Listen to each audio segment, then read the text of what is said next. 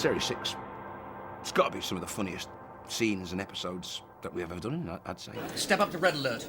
Sir, are you absolutely sure? It does mean changing the bulb. It had the whole experience of doing the pilot in the States. Maybe that had an influence. Is everything okay, sir? No, it's not.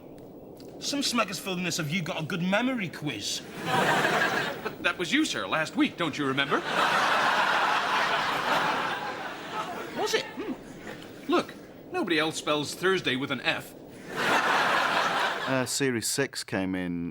The scripts were subtitled Series 6, The Starbuggers. Well, the cast was different because we no longer had Holly. We'd lost Red Dwarf. Now, gentlemen, as we are all aware, we have lost Red Dwarf. Losing Red Dwarf, in a sense, was going to open things out a bit more. The chase of Red Dwarf, the search for Red Dwarf, if you like, was going to be exciting, you know. Should we look at you, Doug, when we turn? If we look at you. Yeah, everyone try and get an eye line on Doug. We like the idea of just keeping everything contained. The Starbuggers set was kind of, which has always been like a little tack-on, add-on thing that we broke fairly early on, was now quite a big, substantial set with a lot more detail in it, and that was where most of the action took place. We had a smaller set to deal with. It was also visually a better set. This at least enabled us to build more new sets in the space that we would normally have used for Red Dwarf. How much of that decision was based on the fact that we'd blown everything up from the stock sets of Red Dwarf from Series 5? I don't know.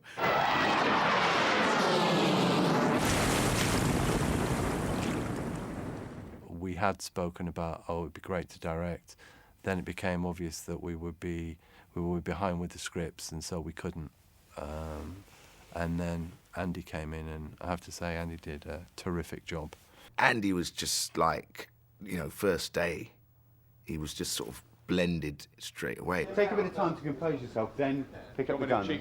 I was looking at Spitting Image in the puppet making side and directing that, and through that knew Rob and Doug vaguely, knew someone was working on it at that stage, Gilly Archer, and had been a fan, and then heard that Ed wasn't doing Series 6, so immediately shot in there with the CV and tape and banging on the door. Andy was good.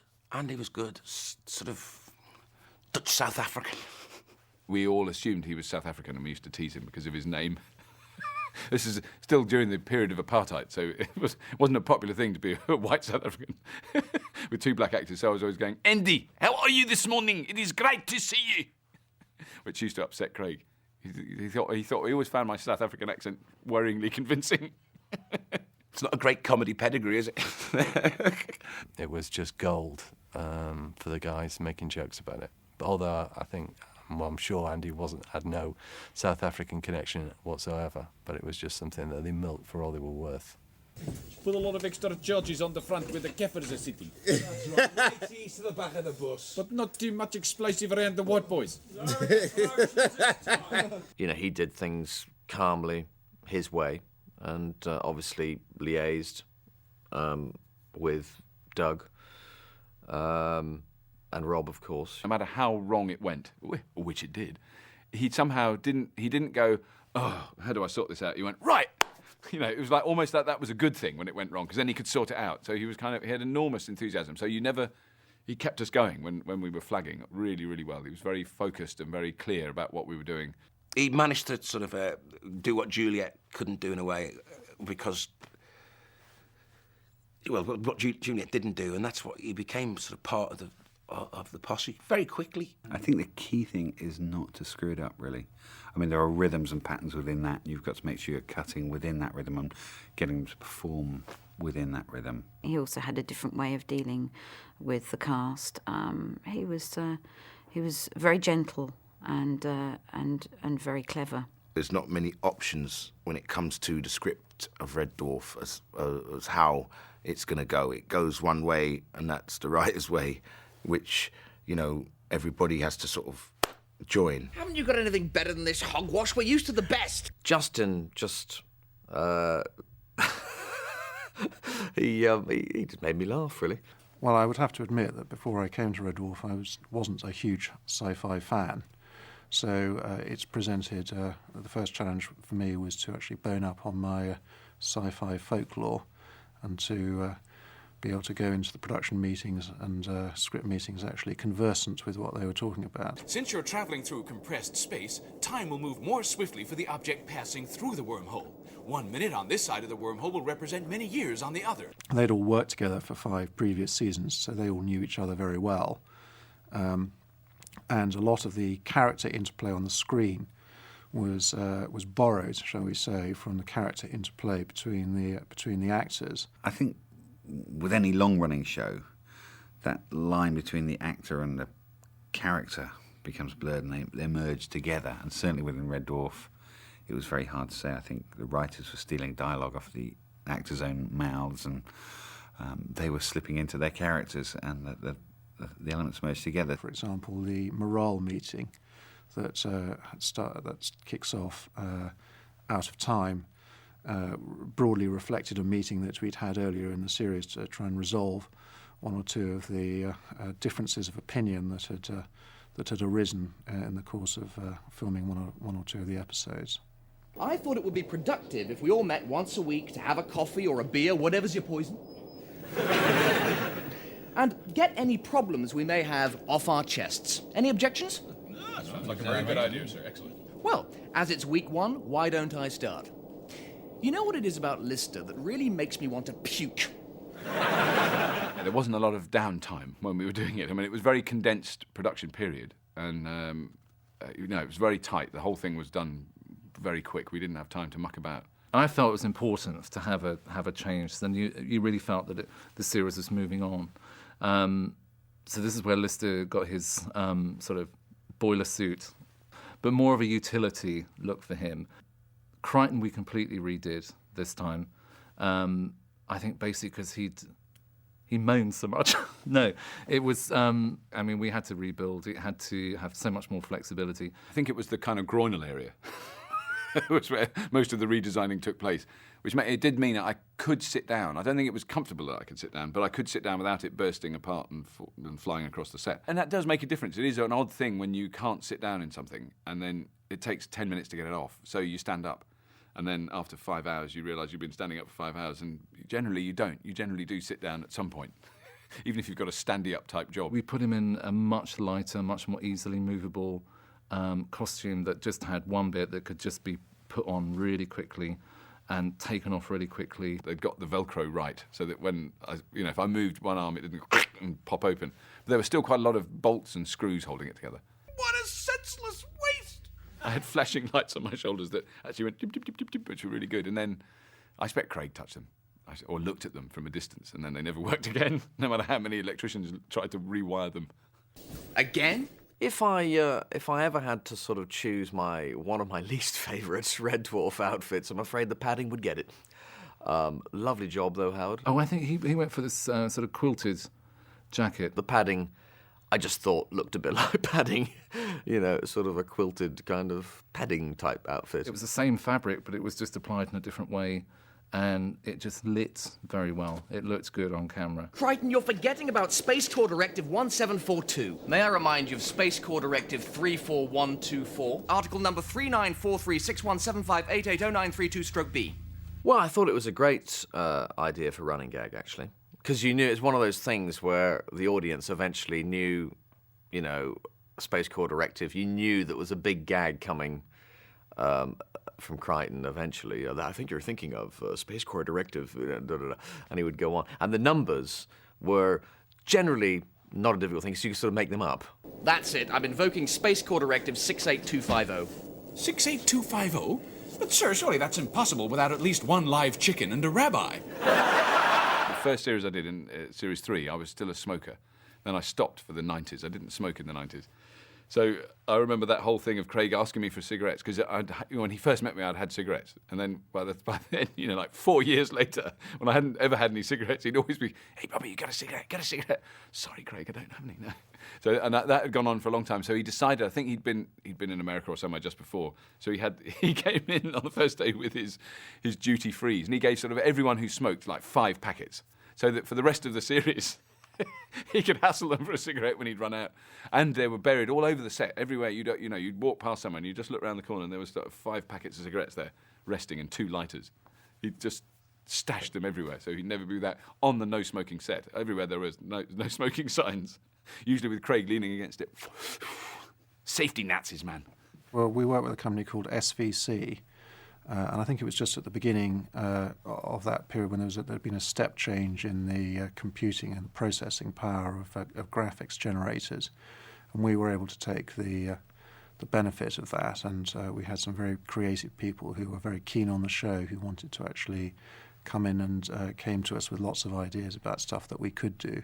They were showing us adverts to say, oh, look, this is the effect you can do, that effect you can do. I mean, they did do above and beyond the call. I think they were enthusiastic for the project as well. Sitcoms generally don't use state-of-the-art sort of video techniques to blow characters in half or have wibbly-wobbly light effects, which at the time were cutting edge. I mean, now you can do them on a laptop at home, but at the time they were kind of, wow, you can actually put a fizzly thing that goes down there.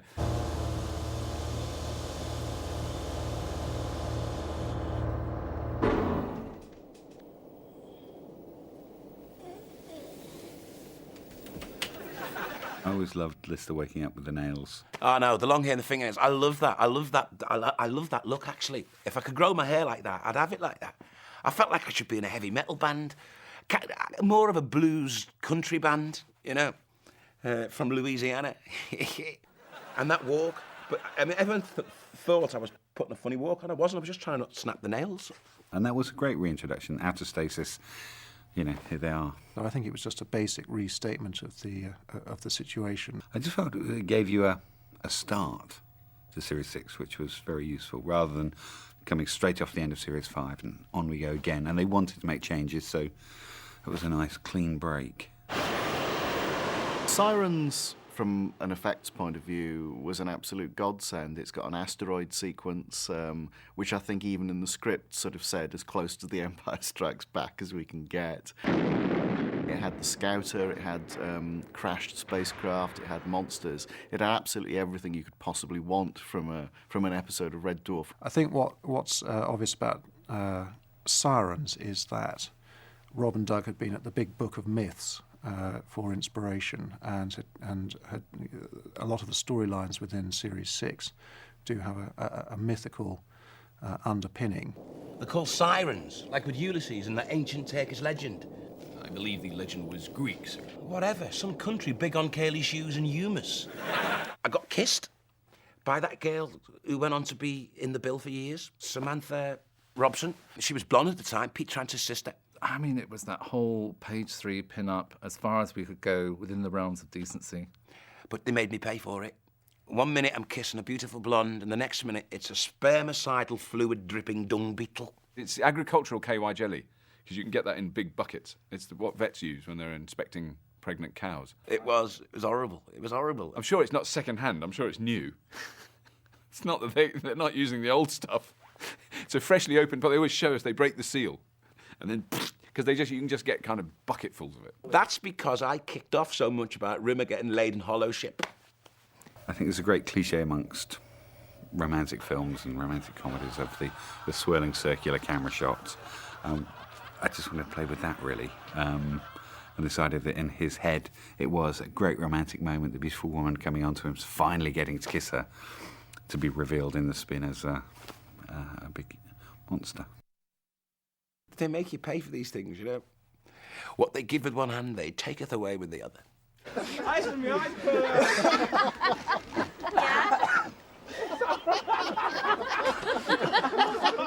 Andy DeEmmony went very heavily for a sketch that I'd done of a sort of stag beetle design, partly because he liked the crouched stag beetle sort of carapace look, but also I designed it with gloss black eyes, which Andy sort of said gave it a villain wearing dark sunglasses look.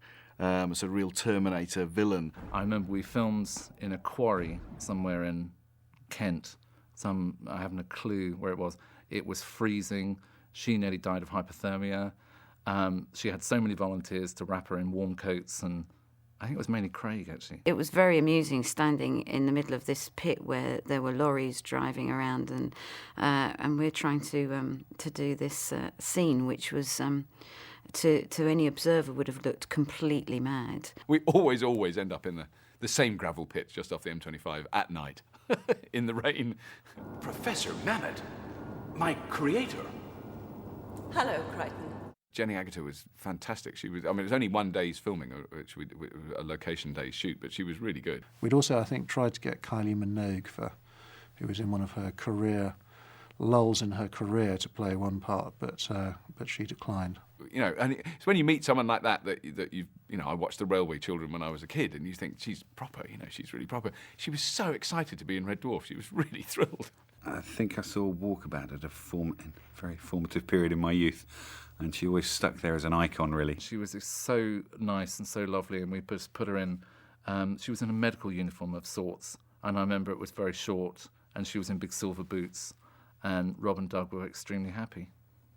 We were filming at that point in the Bankside Power Station, which was it's now the Tate Modern, and we were one of the last film crews to film in there before the wreckers moved in and started the conversion work. It was a crazy day when I had to be crushed in a compactor and walk along in a square box costume. That was always those really cruel days when, you know, Rob or Doug would walk up and go, "You know how uncomfortable your normal costume is? It's nothing in comparison with this. Get in that box." I'm almost annoyed. Walking along, you know, with rubber boots with that sort of grippy sole, walking along a grilled metal floor so that they don't go slidey, they go catchy, trippy. In a cardboard box with your face sticking through the front so you can't put your hands up. And what do you do the first 2 seconds you're in it? You go, "Ah!"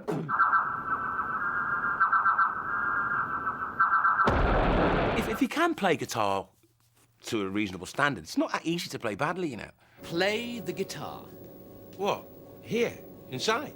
Originally, for the arms of the guitar, we approached Brian May, but I think he wasn't available. And although he wanted to do it, but he just wasn't available. And then because of that, we heard that Anita Dobson was, you know, available. And, you know, she liked the show and wanted to play a part if there was a part available. And in the end, we got Phil Manzanera from Roxy Music to be Lister's arms. But Phil was great, and we looked at that the other week. Actually, you can't tell, can you? You really can't tell. Play it. It's so well done, and he's just round the back of me. I'm like that. He's round the back with his hands through, and it looks... Can't see the joints. I couldn't have done it like that, though. I mean, I can chuck out a few power chords, but, like, no, this guy's you know, he was in Roxy Music.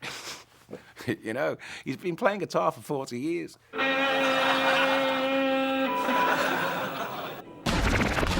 I just like the idea, though, that in my head, in Lister's head, he sounds like Phil.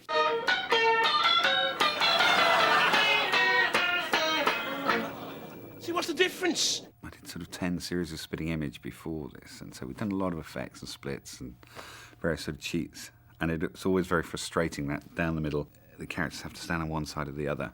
We had a huge truck full of technology for the shoot, and in the end we used a Fisher-Price video painter, which was a tiny little plastic pen that allowed you to draw on the screen and colour one side or the other with the image. So it did a split, but an organic split. You know, to draw round people over shapes and non-straight line splits. We did tie ourselves in knots at times. It's a 5-camera shoot, and you'd lock off several cameras for different split screens.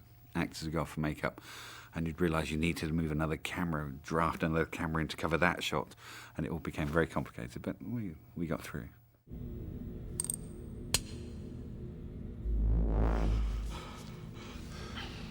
You'd better have a mighty damn fine explanation for what you've just done, Miladio. I merely converted your projection unit from soft light to hard light. Hard light? Masterstroke on Rob and Doug's part, to be honest. Hard and soft light. It's great. It was a relief to be able to, you know, touch chopsticks and all that carry on. I remember him saying he was pleased about it at the time.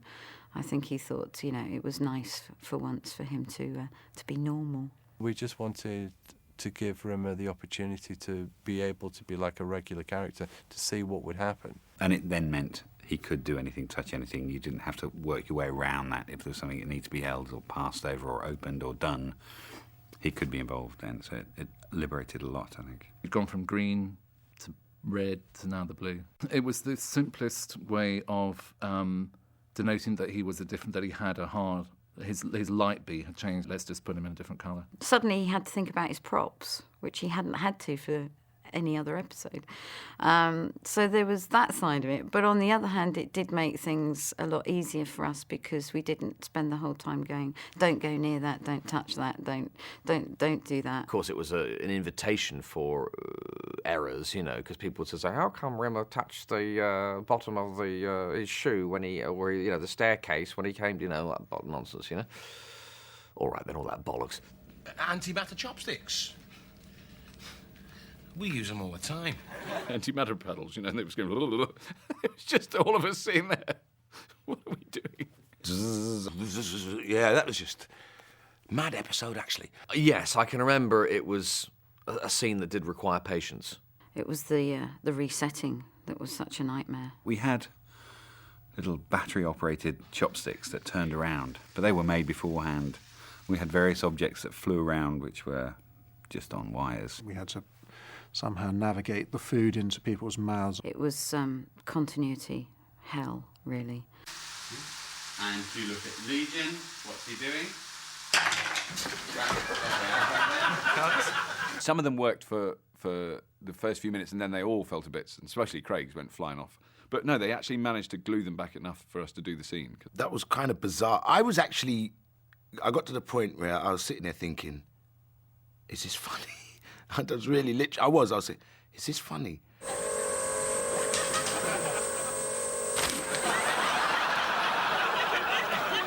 Rimmer gets covered in a lot of goo, really, and we just did a separate shot of that. So ran the sequence whole and then did a separate pop of him and basically threw food at him, you know. The other cast were paying for the option. It's always a big help for physical comedy to have some sort of dance or, you know, sort of sport background. And that, you know, being punched and flying back onto the table, you know, it is, you can't think about it, you know. Once you decide to do it, you just got to go for it. And I think that's where Red Dwarf was another, you know, people never complained about, you know, having to get knocked out or hit with things. People are always getting hit.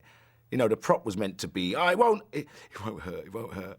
Peter Ragg would say it won't hurt, and of course people get hit with props. Ow! So, you know, at least mine was self-inflicted. I only had to throw myself on the table. If Pete had to throw me on there, maybe not. Do what you gotta, but don't mess up my hair. Thank you.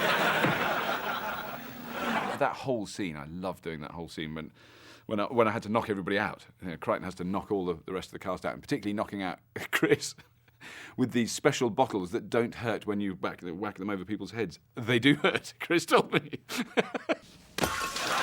He did have real bruises. It did show. There is a cyber park in the complex. You may go to any time period of your choosing and indulge any fantasy you wish with any persons you desire. His costume was possibly one of the less flattering costumes in the history of Red Dwarf. Bizarre's the word that comes to mind. Poor man, what a thing to wear. Because I think he put that on and thought, right, so that's the underneath bit. Now when does the big sort of other rest of it? And that's it. You have to walk around that like that in front of people. I felt sorry for him, and he had to get stitched into it and all that. He was so uncomfortable. It was so tight that I think the zip went on one of the filming, and we had to sew him in it, and that man almost needed a catheter. Bless him. And you think that he would have done a Chris. If he knew he had to work in that suit, he would have got down the bloody gym, wouldn't you? He would have done a Chris, because he just looked like some middle-aged bloke in a green lycra suit. The image of supported by the voice wasn't quite as spectacular as we'd hoped. And he was very, you know, he had this amazing voice, and we kind of felt that, you know, we had to be good around this guy, even though he was in a funny green suit and a funny mask. But you still had to give him the respect because he sounded so good. I think he did very well to act through it and to keep that very mellow kind of mood that he gave Legion. I thought that was a good job. I wanted an anonymous face And so his mask is very much like a Buddha, like a sort of Japanese, Chinese Buddha, with the barest features. And the one that when I drew this character, it had lots of veins and tendrils going around him, and it was supposed to have all this liquid sort of going around. We couldn't afford that. Now look what you made me do.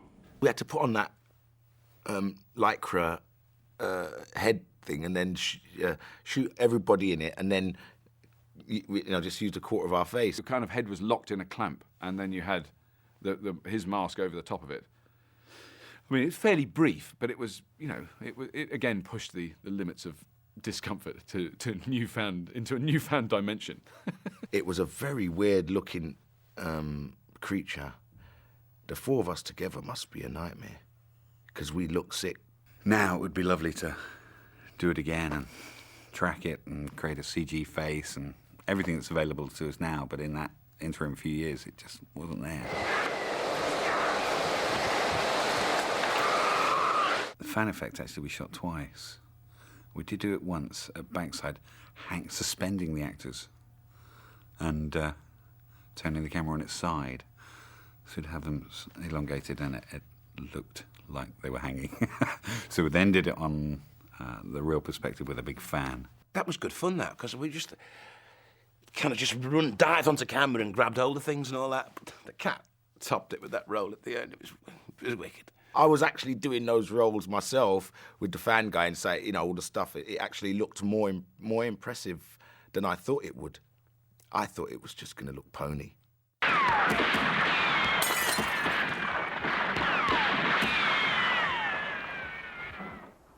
We want your sorry ass out of here.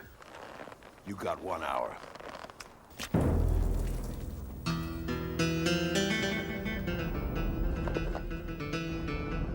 I've had so many fantasies come true in this, working on this show, to get to do a Western, even a comedy Western. We wanted to write a Western, but obviously we couldn't contemplate writing that unless we knew that there was somewhere that we could shoot that would look like a Western town. So we said we'd written a Western script and got them to run off and look for various Western locations, and they found and said, hey, there's this place in Kent that's a Western town. Loads of people go there at the weekends and are cowboys, and they eat beans and don't wear watches and do everything in the old Western way. It was our big chance to sort of ride into town and do all the cliches, beat people up in a saloon and all that stuff.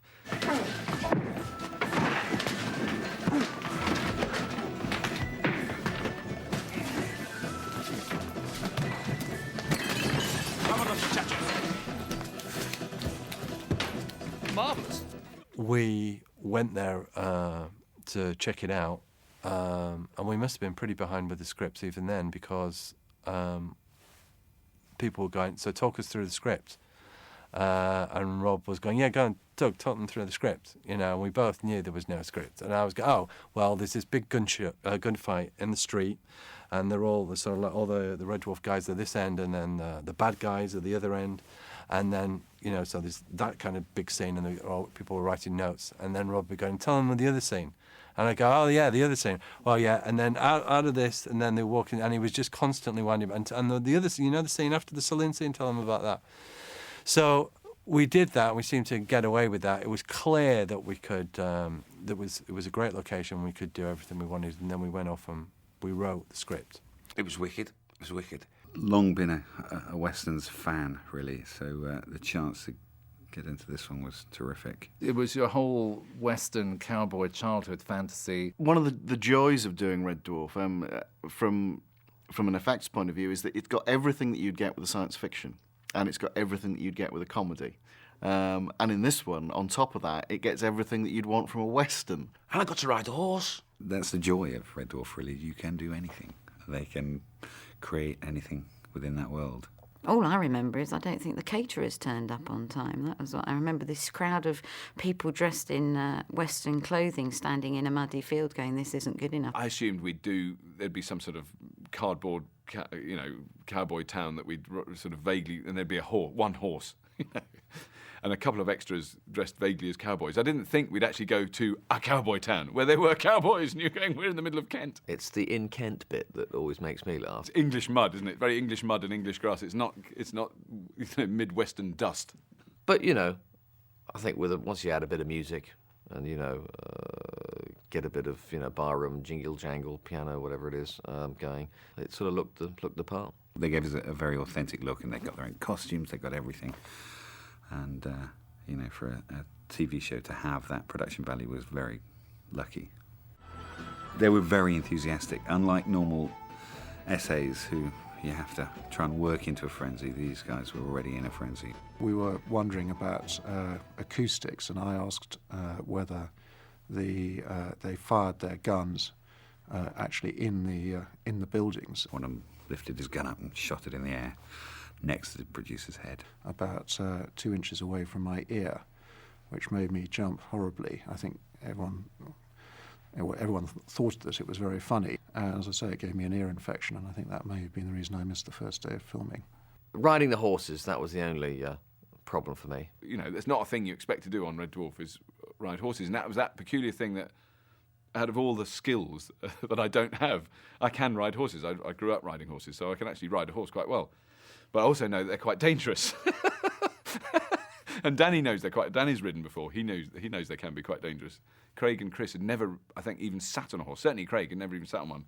But it obviously has no fear, and it's a prop, you know, so we're all worried that this horse is going to break somehow. Chris was really nervous of horses, right? And Chris was right in front of me. My horse was there, Chris's was there. And me and Chris really fell out about this, because I went bang and hit his horse's arse, and his horse went whoa. He goes yahoo, and it sort of slaps the horse, and they all fly off, including mine. And I'm just, there's no brake, you know, I'm looking for the sort of brake, you know, can't find one. And Chris is shitting himself, and he went, I've never seen him so angry. He went ballistic. Once the two of them ran, the other ones went, it's the running scene, we better run. I've got no fear of those things like that. Do you know what I mean? So I'm not a great horse rider, but, you know, Danny's a great horseman. Robert just poodle along, but Chris really nervous. And me, absolutely no fear whatsoever, being very, very dangerous. There's a very, very short shot, I think, where we all ride in I think in the title sequence. And then there's one shot of the three of them trotting in for a few seconds. But there was 2.5 hours of us going round and round the field. We shot everything at Laredo in a day. It was a director's nightmare, I should think. I'd storyboard it all anyway, especially for effect shots, so that everybody knew what we were trying to achieve on each frame and what was being put in afterwards. And it just, as a language, makes everything clearer. I never thought we'd get it done, and I remember it getting dark as well, and that was all a bit of a worry. I think Andy did a fantastic job, because the pressure was on him. And I think we only had like 3 camera positions for the day, and we shot out of sequence, a shot that way, all from one position, moved the camera. So it was a sort of military operation, while still trying to retain the art and comedy in there. Janet Street Porter was then the BBC liaison person on the series. And I don't quite understand what the BBC liaison person did, because he never really came down and didn't really partake or were really involved in the show. But I think Charles Armitage, who was Noel Gay, who worked for Noel Gay at that point, had to liaise with her in some kind of everything's going okay kind of way. So he went to see her, and she said, I've just read this, I'll cut out all the swearing, I've just read this Gunmen's script. It's absolutely stupid, it's totally impossible to shoot, and tell those guys they've got to bin this and start a whole new show. And Charles was able to say, sorry, I'm not able to do that because we shot it yesterday, which still is one of his favourite stories. This sounds like one for the Riviera Kid. None of that was actually in the script, that the Riviera was meant to be like that. I actually said to Doug, if the cat's going to be a cowboy, he's got to be the Mexican. Because they're the only ones flamboyant enough to actually, whereas the cat could actually get away with looking like the cat. You know, I mean, you had the big dark stranger that walks into town he'd be in black leather, but it's not the same as the Mexican with the hats and the girls and I thought Danny was great in that episode, the Riviera Kid. All this he's so camp, that lad, do you know what I mean? It just plays to his campness, doesn't it? Do you know what I mean? We'd got a whole load of hire stuff, and we had this sort of Mexican thing turn up. And when it turned up, when we were loading the truck, you know, I got this thing out, and it was just hideous. It was so bad. And I went, oh my God, we can't put him in that. And we made a phone call, and this guy who I think we were hiring stuff from said, look, I've got another Mexican uniform or something, but it's so tiny, you know, it was made for so-and-so. I don't know if it'll ever fit, you know, but, you know, I'll bring it. And we're racking our brains trying to make stuff out of thin air, cutting up curtains, you know. And the morning of the shoot, this Mexican suit turned up with the white embroidery and all that sort of stuff. And we put it in to his trailer, and he put it on, he came out, and it's the best thing that's ever fitted him. It was just fantastic. I actually wanted, every time he did the Riviera Kid, that he'd go, the Riviera Kid, and then the guitar would fly in and he'd catch it, dun dun dun dun, whoom, you know, and that's what I really wanted to do, and I forgot to ask Doug. They call me the I think I could have got away with that. Riviera Kid. James Davis made up a rig which Danny could hold between the palms of his hands that the guns would spin on. So it just looked as though he could do the spin. Though actually Danny was pretty good at spinning the guns himself, truth be told. I'm twirling these real Colt 45s that weigh in excess, I don't know, between a bag of sugar on each finger, you know. And that's how heavy they were. And all of that stuff murdered me because I was practicing it all the time because the cat could not be, you know, looking in any way that he doesn't know how to use these guns. And it came from, you know, Sammy Davis Jr. used to do it in his act. And there's a great TV show where Sammy Davis does all this stuff and he's singing da da da da da da da dum, and he's doing his tricks, and then he audience and he goes, well, I wouldn't wear them if I couldn't use them. And I had that in mind when I couldn't, you know, not, if I'm going to wear them, I got to be able to use them. The name's Brett Riverboat. Knife Man. I was the Knife Man. I wanted to be the Gunman. Do you know what I mean? I think I got the worst character again there. Knife Man. Who wants to be a knife man? You want to be a gunslinger, don't you? I've only been drunk once, and when I was a teenager, and I'm really bad at drinking, so, although I occasionally try. So it was observational acting. I've watched other people be drunk. So I did very bad drunk. But I thought it was fair enough for Crichton to be quite a bad drunk. It was Rocky who came up with this cracking idea that the simulant spacecraft would have the design of one of those cow skulls that you always see perched in the foreground in the desert of all cowboy films. A lot of those things were integrated very well, from colour schemes to shapes and patterns and styles. It's a really, really good bit of design work, and it ties up really nicely with what we did in the cowboy environment. It's just a shame in some ways that we didn't flag that up a little bit more obviously by having one of those cow skulls maybe in the sand out at Laredo.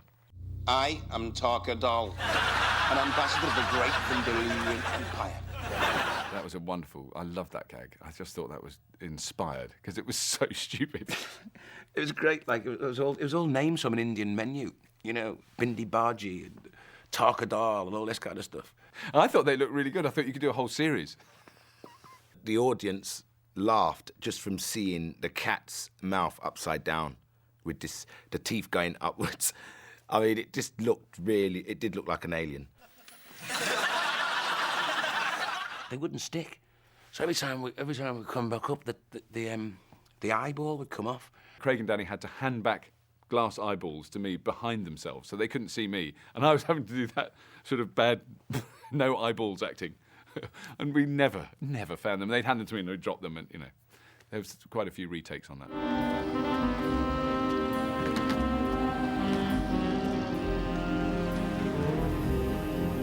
The film noir opening was just done at the back of the studio. I think we did put some trays of water down and bounce some lights into that to pretend we were at the harbour or something, and we hired a car. I think that was our only expense. Rock the car. Well, Craig Charles managed that himself, actually, in the car. I think from his experience, he knew how a car would move. Craig never wanted to go half measures. The lava was made out of the same substance that was used as gunge in shows like Noel's House Party, and effectively it's an industrial food thickener. It's if I can product place, it's the powder that you get in stuff like cuppa soup and pot noodle, and when you add boiling water to it, it becomes gelatinous. Just to scale that, to not feel you've got a bucket of slop and you're pulling a model out of it, is very hard. The bug actually never enters the fake lava. It goes through a slot in the set, but James Davis had rigged up a small gas explosion, so at the point that the starbug vanishes from view, this great gout of flame comes up, and you completely buy the fact that it's gone straight into the lava. By the stage it went up for the Emmys, we'd kind of forgotten about it, really. We'd gone down very well in this country, and it was a period of time afterwards. And I was on another job and got the call that we were up for an Emmy, and then a call fairly soon after that we'd won it. So it was very exciting, yeah. One always hopes on any show that you work on that there's an award in it somewhere, but the Emmy is probably the biggest award in TV, and so we were thrilled to get it. Well deserved for Rob and Doug, though. It was a strong series, and that was probably their strongest script within that. I was in the edit, so I wasn't able to go to that. Rob went with Robert, and I said to Robert, if we win, you must phone me. I'll have my mobile by my bed, it doesn't matter what time, phone me. And he goes, absolutely, of course I will.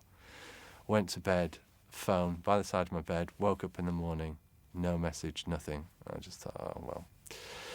So I thought, I wonder who has won. So I turned on the TV, went to teletext, and there it was. We'd won. And that's how I found out. It was so extraordinary. And Robert got invited to some showbiz party and forgot or something. Bastard.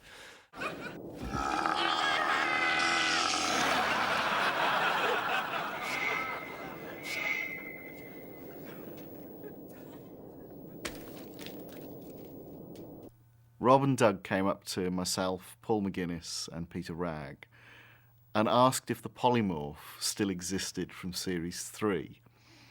Now it did, but inevitably with these things, it's been covered in slime and stuck in a cupboard for 4 years. It had rotted. It was not in a good state.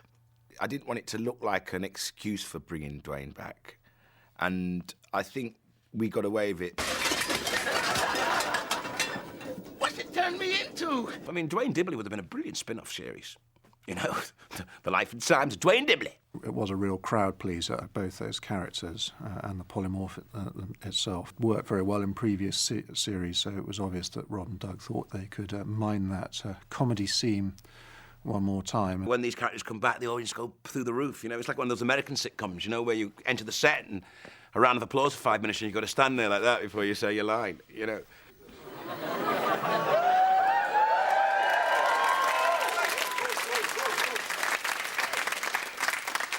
Cat, old man. Looks like we both bought a bite from the little blighter. You couldn't get more ridiculously opposite characters, and it was great to do the, come on, let's go join the party, Dwayne boy. You know, he was sort of helping Dwayne through his sadness, you know. Before we leave, I just gotta change these clothes. If I don't get into some sideways iron flares and transparent plastic sandals, I swear I'll go crazy. Do what you have to, old chum. I'll go tell him we're having a party. I was happy to bring Ace Rimmer back if I could get hold of the wig that we had in Series 4,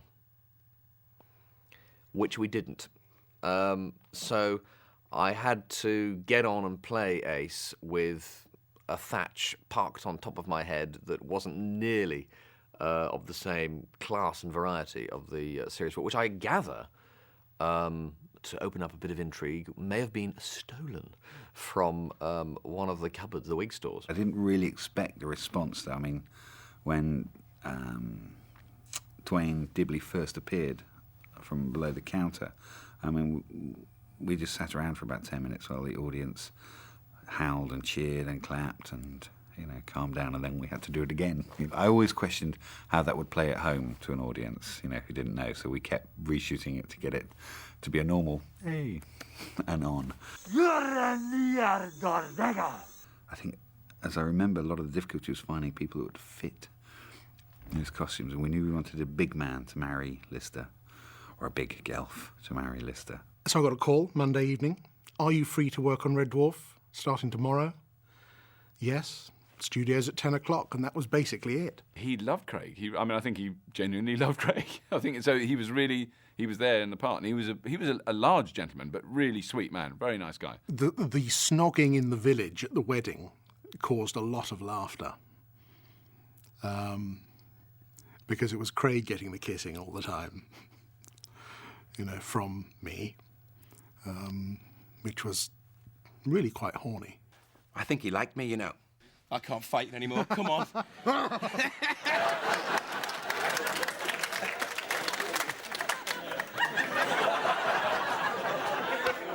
Even in rehearsal, it became quite method, and he was freaking Craig out quite a lot, actually, coming onto him. Big, bearded, large man. It was great. He was not into the kissing at all, I'm afraid to say. There were no tongues. Which is a shame, because I think she would have liked that. He was getting right into the scene. And when he threw Craig over his shoulder, it really was like me throwing a pillowcase over mine. I mean, it was no strain to him, because I was sort of going, that's quite hard. He's got to chuck Craig over his shoulder and get out. And I just sort of go, whoop, over he goes, dum, dum, dum. Craig's like... In his costume and all that, he was better than some of the women I've pulled after a couple of Pernod. We were lucky with the Gelf village, because there was a standing village on the back lot at Shepperton that had come from some Hollywood TV miniseries. It was Covington Cross, I think. I don't know. All I remember is walking around the site looking for something else we can film on, and that was another one where we went through the car park and then said, oh, look, there's these funny mud huts and a bit of a castle. What can we do with that? I just love the Leggett scene out of that. Change of plan, Leggett! I was like that then. Did you not make me do that again? Always with those night shoots, you look at the sort of wrap time, sort of 2:30 in the morning. By 2:30 in the morning, we'd lit some of the torches in the village. I don't think we'd actually shot anything by then. It was a very long, cold night, and surprisingly, rubber latex bodies are not warm. It was freezing. So at one point, there's the Gelfs all sitting there huddled up in cloaks, trying to keep warm. I remember the other thing that the caterers came out with hot chocolate and brandy at one point, which kept us going through the night. I remember that was very useful. That was another hysterical night shoot with the mistaken, give them a tot of whiskey to keep them going. Oh no, Robert's had some. Don't let him have any more. Give him some pizza. And that, because normally I would never eat with the mask on, but I remember that night it was like, oh, I'll have a bit of pizza. And there was like, huge amount. I can't tell where it's going. You just sort of aim it vaguely at your mouth. So there were sort of lumps of ham and pineapple hanging off Crichton's face, much to the makeup department's delight. And there was a lot of improvisation as well that night. I seem to recall the funny handshake business was all made up on the night. It wasn't scripted. That was basically down to Robert. Stupid handshake. With Ainsley Harriott, who was brilliant, very funny. And I thought did brilliant Gelf talk. It was great having him on board, you know what I mean? Because he was in the Calypso Twins before that. You know what I mean? A sort of kind of comedy duo who sang funny songs. And Ainsley danced and played maracas. So that's how I'd met him beforehand. And then all of a sudden he's a TV chef. That must have been a quick course. Hey, gone in. Nick, Harkin. They started with the face, which took about 4 hours in makeup, sticking on the rubber face, the hair, the beard, the warts. Andrea I think she'd found or got hold of a load of sort of pig snuffle noses from the floor of some film set that she was working on. So she had all these bits that sort of got stuck. Once that was on, it was nothing but cups of tea through a straw. We had these mad acrylic wigs, and we had this sort of raffia, furry stuff all over these bodysuits. Just sitting in the makeup room with the other guys all being made up at the same time, there's not a lot you can do except sit and chat and laugh and, and discuss Ainsley's recipe for curried goat, which he did keep telling us about a lot. The VisFX boys moulded these breast stomach pads.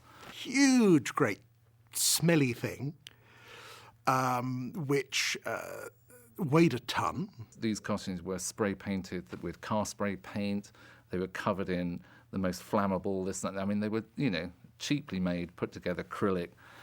And we were in the studio, and suddenly they did this scene where they sat round a campfire with real flames. I stood with Jill, my assistant, and 2 fire extinguishers because I was absolutely determined Ainsley Harriott would go up in a ball of fire. It was quite difficult to actually get the Gelf speak as it was written. No, the absurdity of that was we were speaking completely, mythical Gelf talk, and Rob and Doug had actually typed out.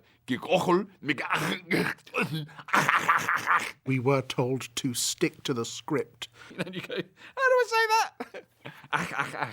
It's sort of triple ACHHHH. One had to speak each specifically. Bobby did too many achs. It's We've lost it. Sorry, I was looking at the wrong panel. I mean, we've done lots of explosions. Peter Ragg and his special effects team love to blow things up, particularly if we're in the way.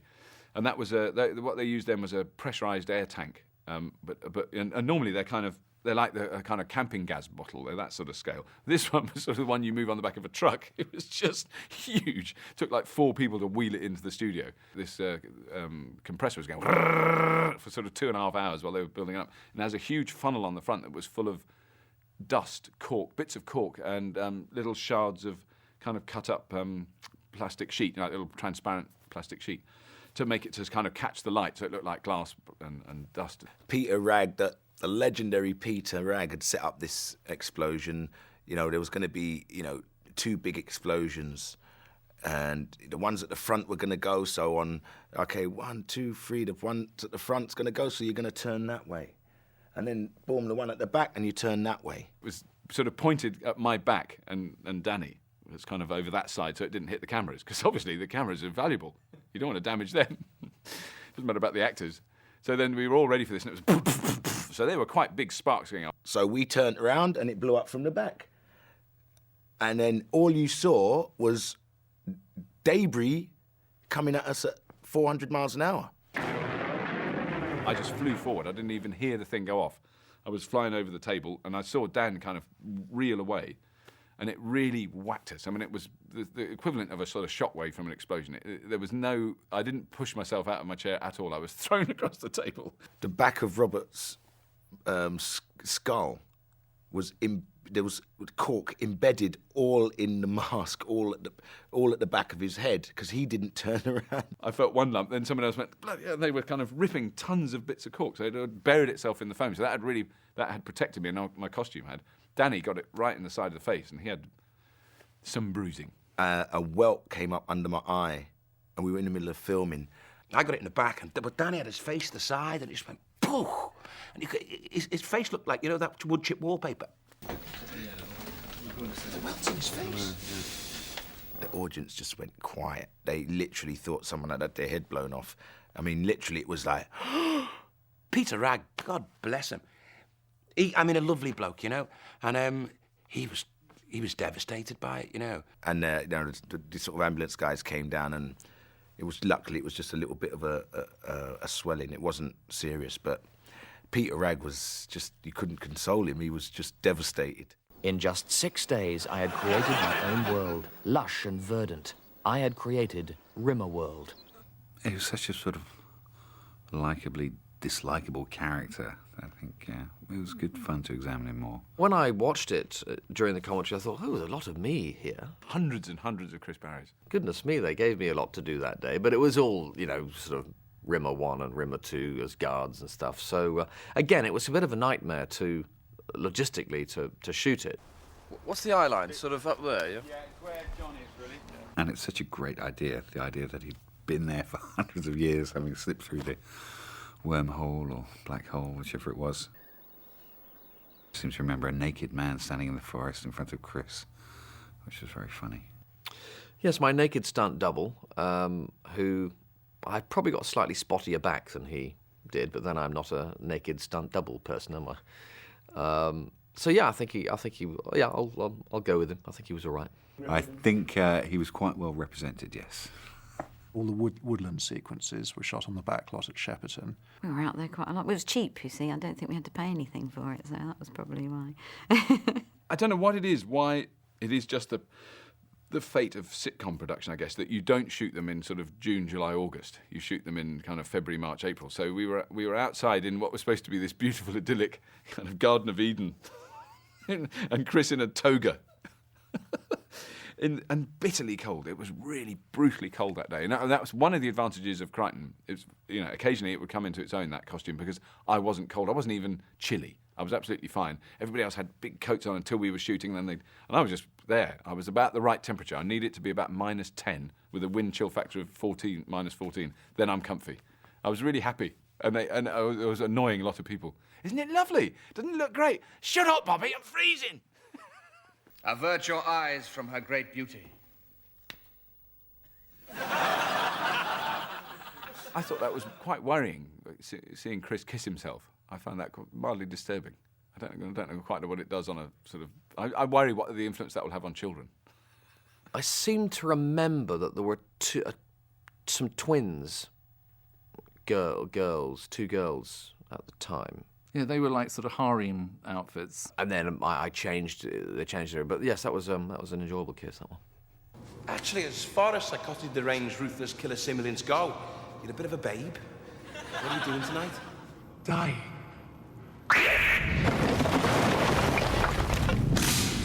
Care to join me? I get to try and chat her up, but she doesn't want to know. She wants to kill me. It's the story of my life. The story of my life. There's no acting there, The pus-sucking, puke-laden, walking cesspits of unspeakableness. She had a lovely voice.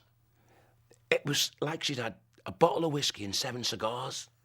It was really deep, but it was very husky. I found that peculiarly attractive. There's one thing you should know.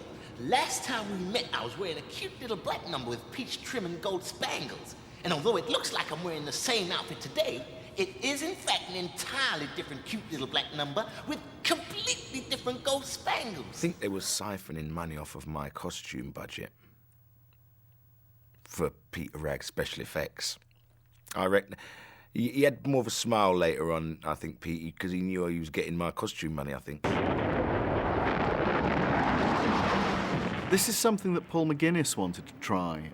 Every explosion we'd done in Red Dwarf from the beginning had been of a similar style. It's either white or orange and fiery, and it would be really nice if this was an alien ship and could explode in a slightly more alien way.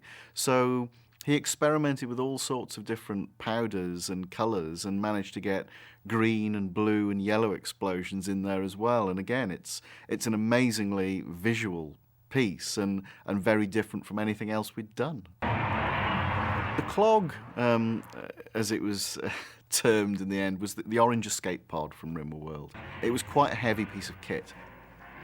Now, to get the shot of it racing away from camera and spinning as it went, we actually elected to shoot this with a camera on the ground pointing vertically up and the model being pulled up to the ceiling and doing about 30 foot of travel, I suppose, up to the blue screen in the ceiling.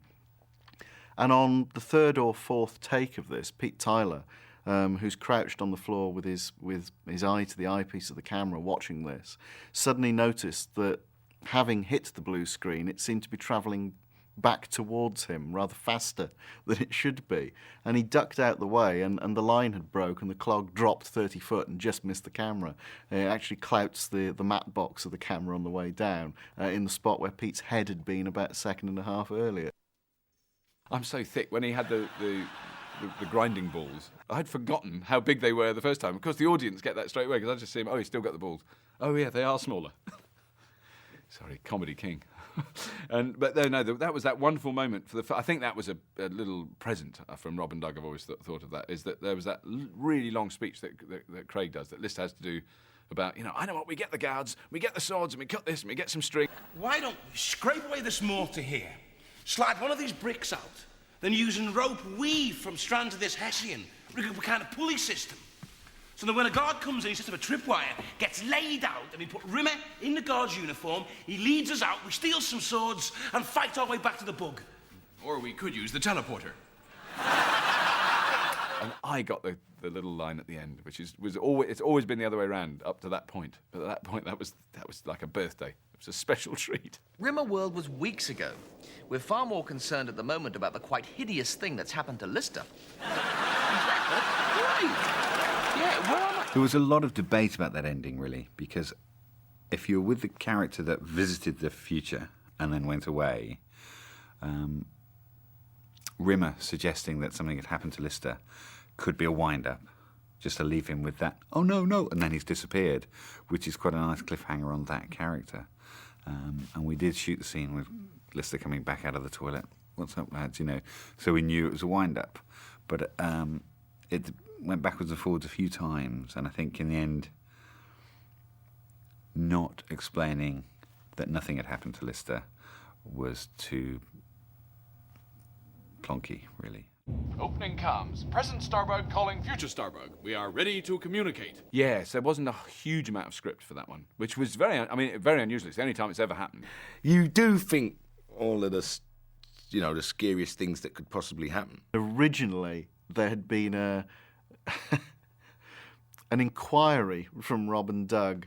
What would be the feasibility of a 3-foot-high robot that could walk with Lister's brain on the top of it, which we all just laughed. And they went away very quickly saying, OK, we'll write something different.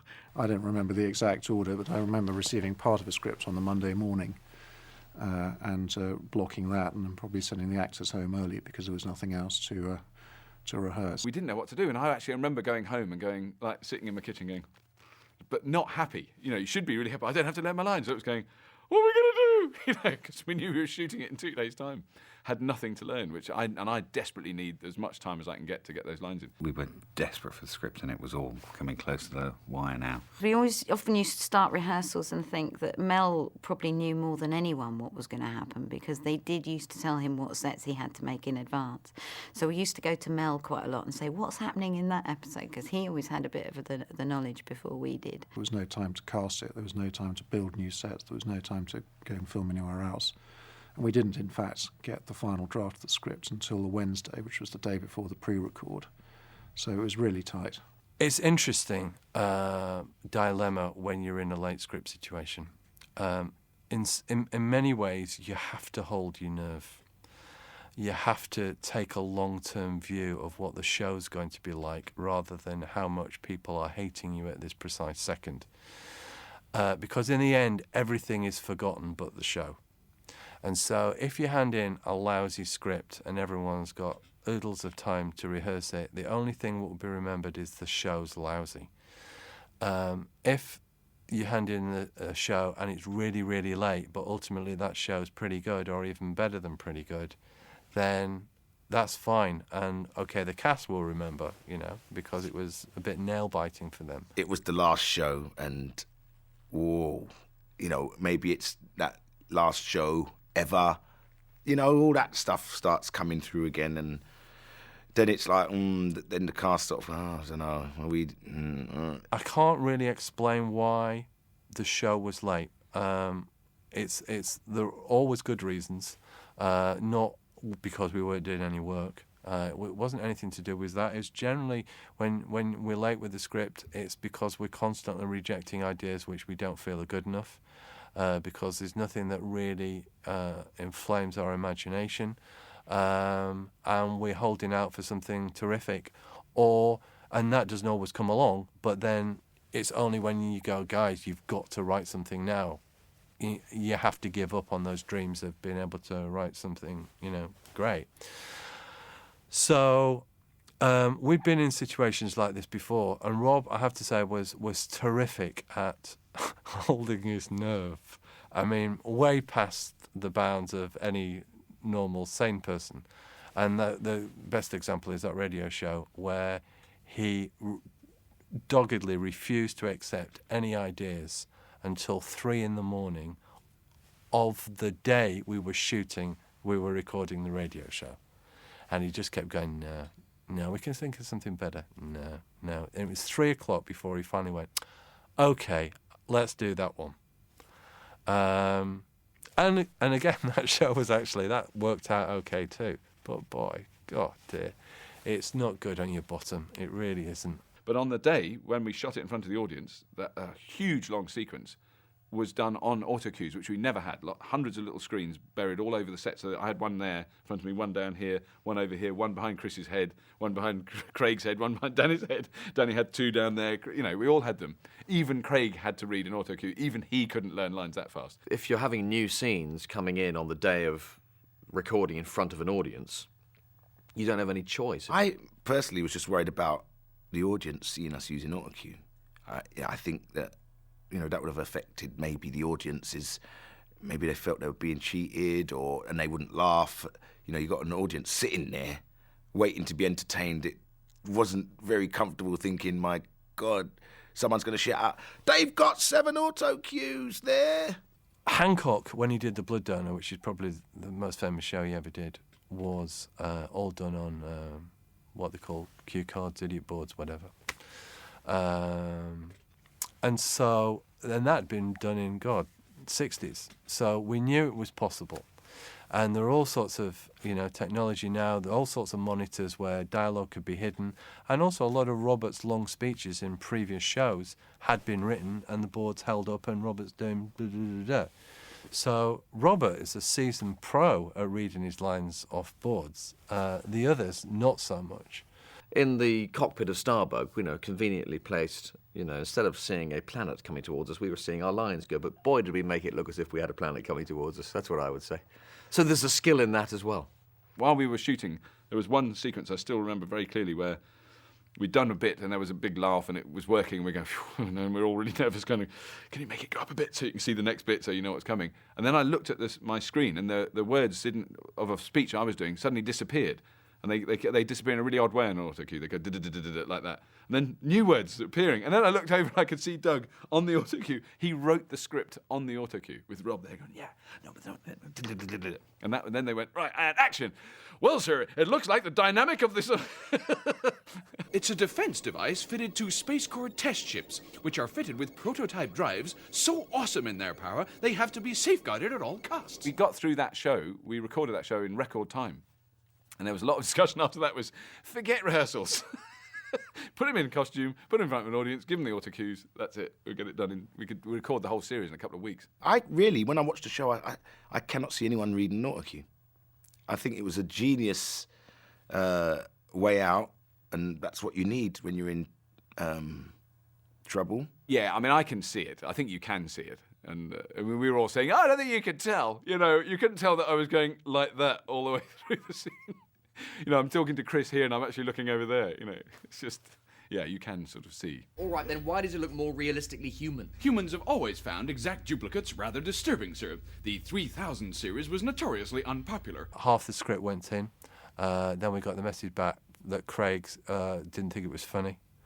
And so we then killed him in the show, just because we we thought we really need some support and love here. Okay, we don't need this half of the script isn't funny, because actually it was funny.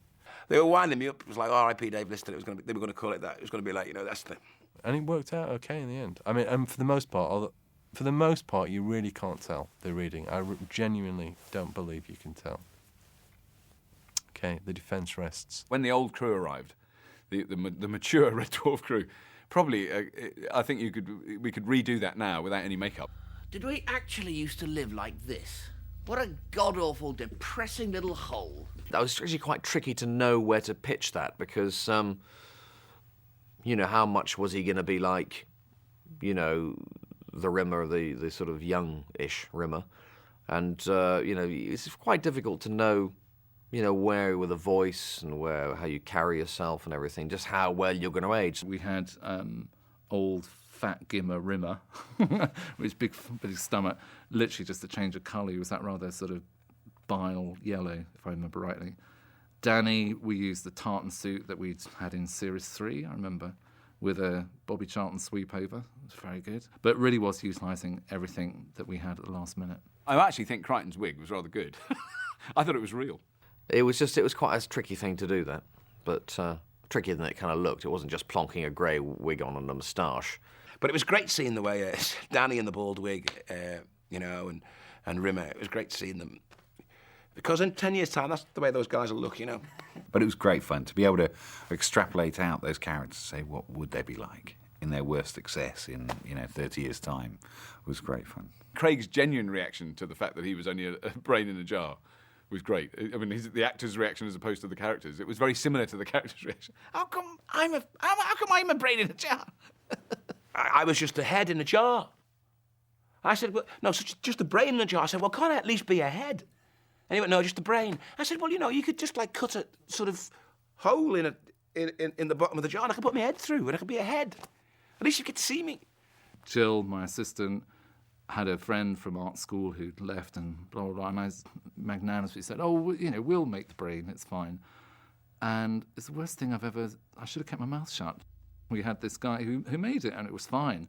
But it was in a big glass jar, it had all this liquid, it had to glow, it had to, it was a major piece of BBC technology and we'd made it out of sticky back plastic. The end of the show had been greatly debated, both at the shooting stage and in the edits. And I think the fans knew an ending, and that may have spurred part of the decision-making process of not being second-guessed. That ending sequence for that episode, for that series, was, I found, when I look at it now, it's actually quite moving and dramatic. I mean, they were the biggest explosions we'd ever done, because it was the end of the series, so we could really blow the set to bits.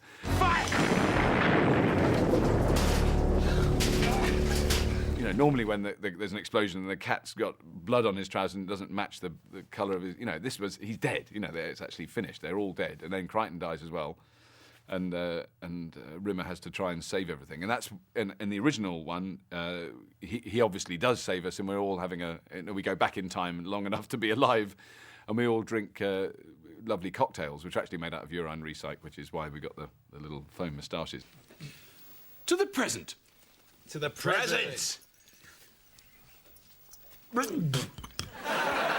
aren't margaritas. That's urine recycle. And that's how we thought it was ending. I must admit, when we finished filming it, that's the bit we filmed as the ending. So it was quite spooky when it went out without that scene in. We just looked at that in the edit, and I just felt it was kind of too pat and just so what, and kind of too neat. And I thought, oh well, there's an opportunity here of ending on a cliffhanger if we just go back a bit. Yes, on the one occasion where I make a Toys R Us gun painted grey look convincingly heavy and dangerous, it goes and gets cut. Sod's law, eh? Blowing up the ship at the end it still had a duplicitousness, could be the old characters, could be the new characters, and not going into a sort of very pat explanation. So here we are, and we'll carry on next time. And, may have twisted the odd broadcaster's arm for another series and so on through. It was a bit naughty and a bit mean, but we enjoyed it, yeah.